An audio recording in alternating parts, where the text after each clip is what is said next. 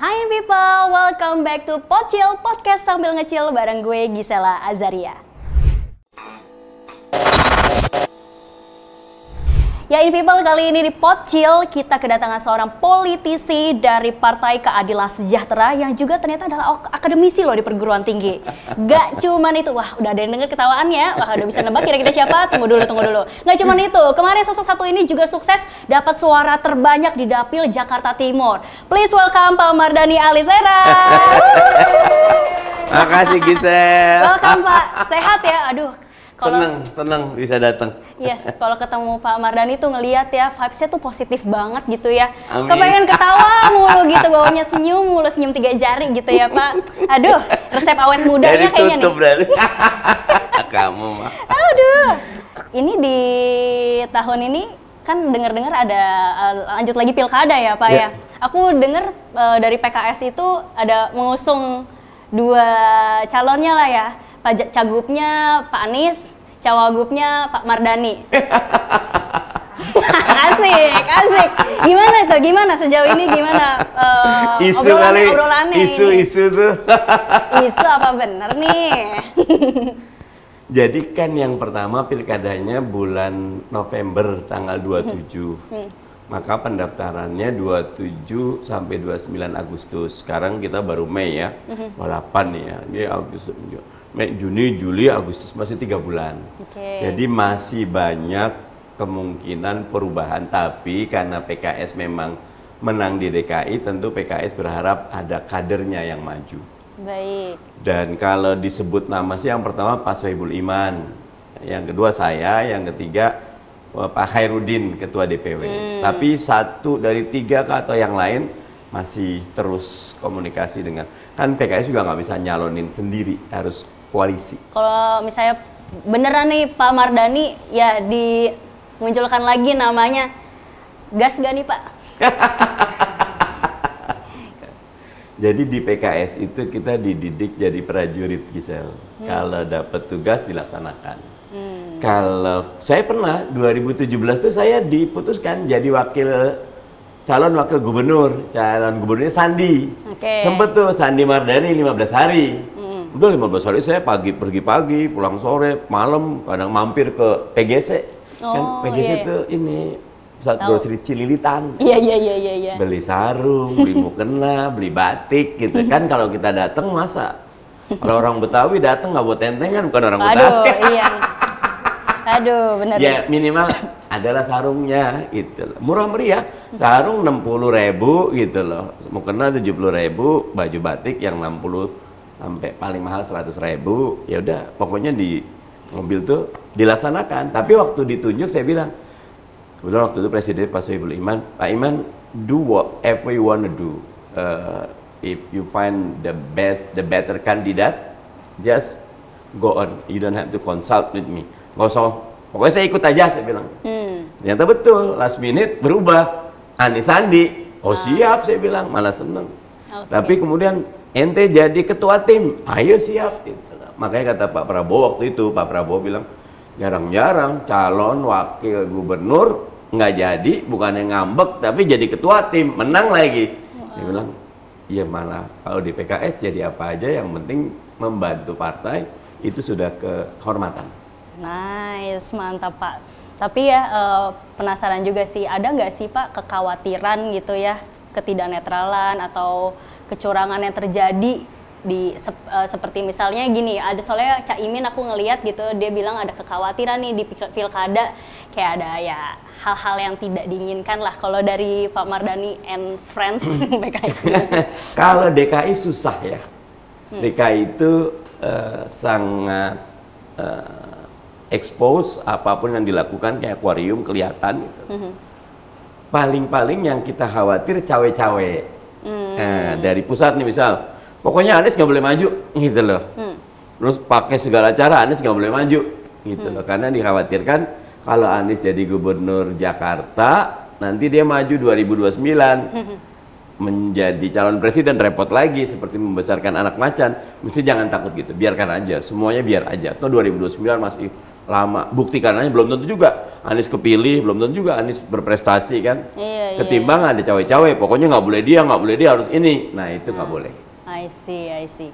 Nggak cuman itu, belum mulai perang aja udah mulai ada nih yang kayak sebut-sebut takut Anies bakal tumbang nggak ya karena ada kader PDIP yang siap jadi lawan kuat. Nah, ada muncul namanya Mas Andi Perkasa. Gitu. Tanggapan Pak Mardhani gimana tuh? Malah bagus kalau saya. Dan paling baik setiap partai itu mengajukan misal kalau Gerindra sudah nyebut nama Mas Budi,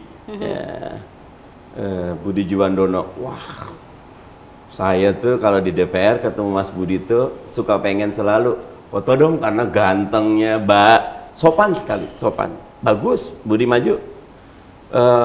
Nanti Mbak Ida Fauzia dari PKB dimajukan, bagus. Gitu. Nasdem mungkin Wibi ketua DPO-nya atau Ahmad Saroni, bagus.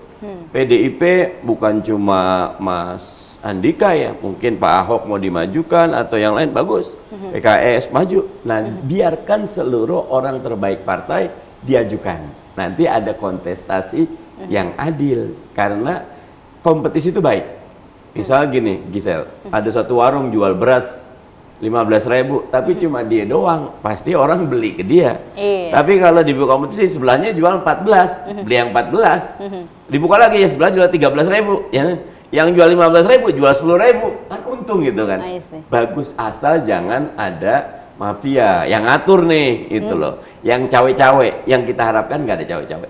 Oke, baik. Jadi yang penting tidak ada cawe-cawe. Kalau mau ada mengusung yang terbaik dari you, justru malah bagus ya kan, tentu untuk Indonesia. Nanti untuk masyarakat Jakarta, lihat kan, misal kita kan karena syaratnya tetap 20%, untuk 5 pasang kayaknya agak susah pasin itunya, minimal 3 pasang lah gitu loh. 4 lebih bagus. 3 pasang maju enak tuh. Misal pasangan A, pasangan B, masing-masing apa tawarannya? Yang ini ngasih KRT 3 juta, yang ini 4 juta, ini 5 juta, ini lebih bagus.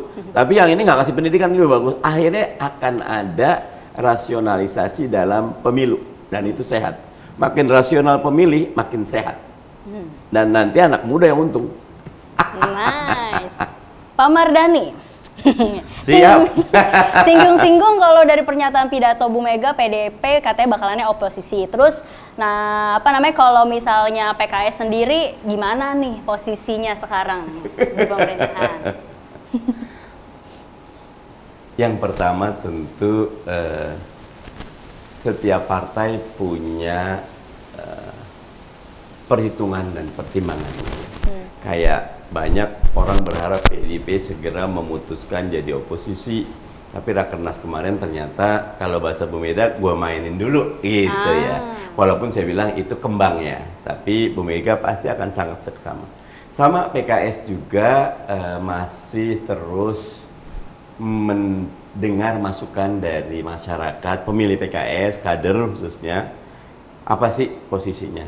Kalau saya pribadi oposisi, saya publicly saya bilang kan ya biarkan yang menang kan Pak Prabowo dan Koalisi Indonesia Maju, monggo kami awasi, check and balance, kontrol. Kan kalau nggak ada yang kontrol ya tadi power tend to corrupt ya.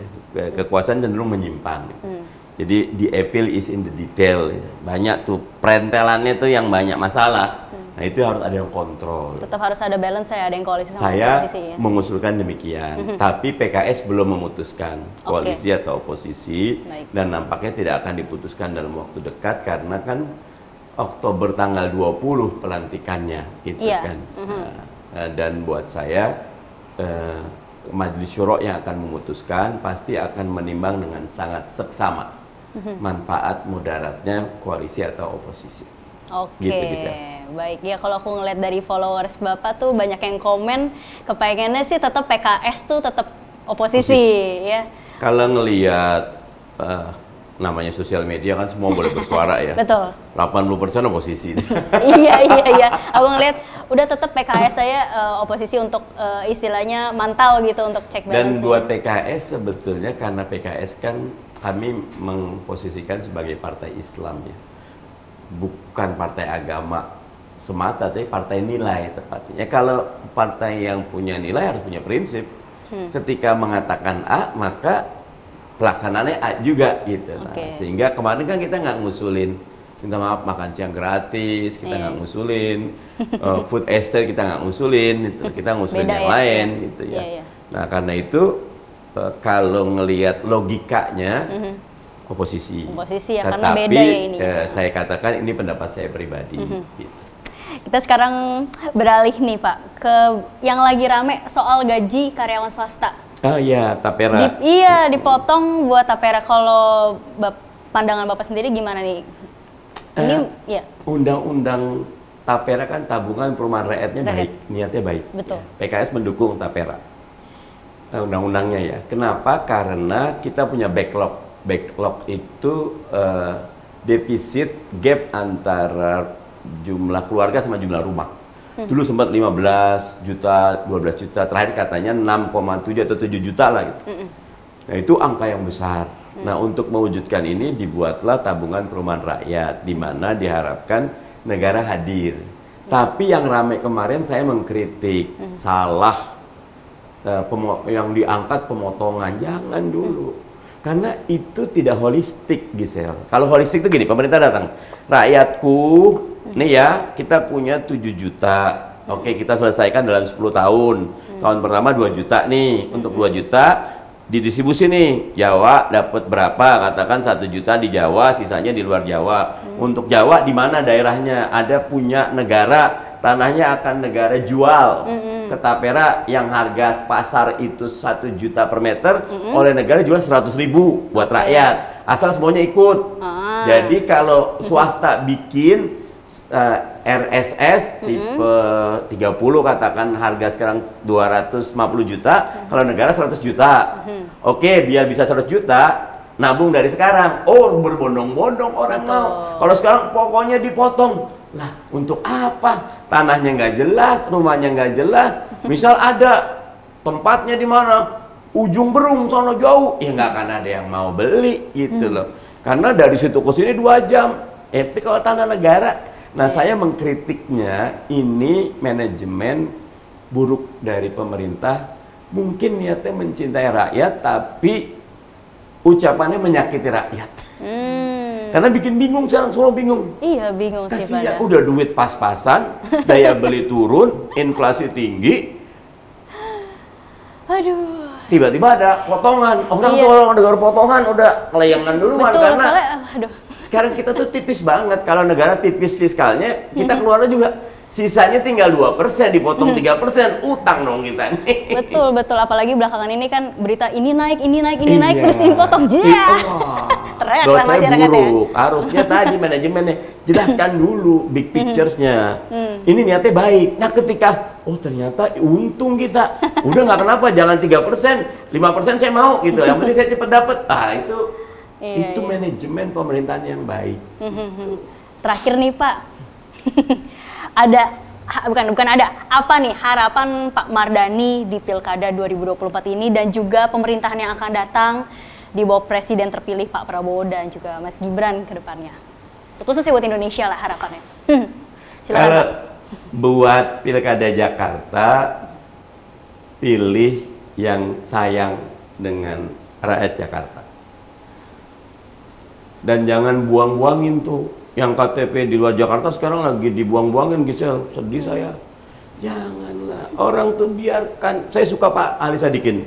Ali Sadikin bilang seluruh warga Indonesia yang mau ke Jakarta kami buka tangan lebar. Ayo masuk Jakarta. Banyak kok di sini. Asal dia, kalau pandangan saya, makin banyak orang Jakarta makin baik. Karena pajaknya makin banyak. Asal makin pinter kita ngelolanya. Jadi cari yang sayang. Kalau buat Pilkada Jakarta. Kalau buat Indonesia, mendoakan Pak Prabowo dan Mas Gibran betul-betul bekerja buat rakyat, jangan buat elit politik. Karena kadang-kadang tarikan elit politik tinggi. Rakyat cuma bisa dengar jeritan rakyat. Jangan dengar permintaan elit. Wow, tepuk tangan dulu deh. Daging semua nih, mantap isinya. Pak, terima kasih banyak ya sudah Ayo, berkunjung senang. ke Pocil, podcast sambil ngecil, bisa bincang-bincang, sukses selalu, sehat-sehat juga Pak. Semua Gisel juga, tetap dan positive teman-teman. vibes ya Pak ya, ketawanya ini ciri khas. Kalau gitu saya Gisela Azaria dan juga Pak Mardani Alisera pamit in Today in People's Way. Bye! Bye!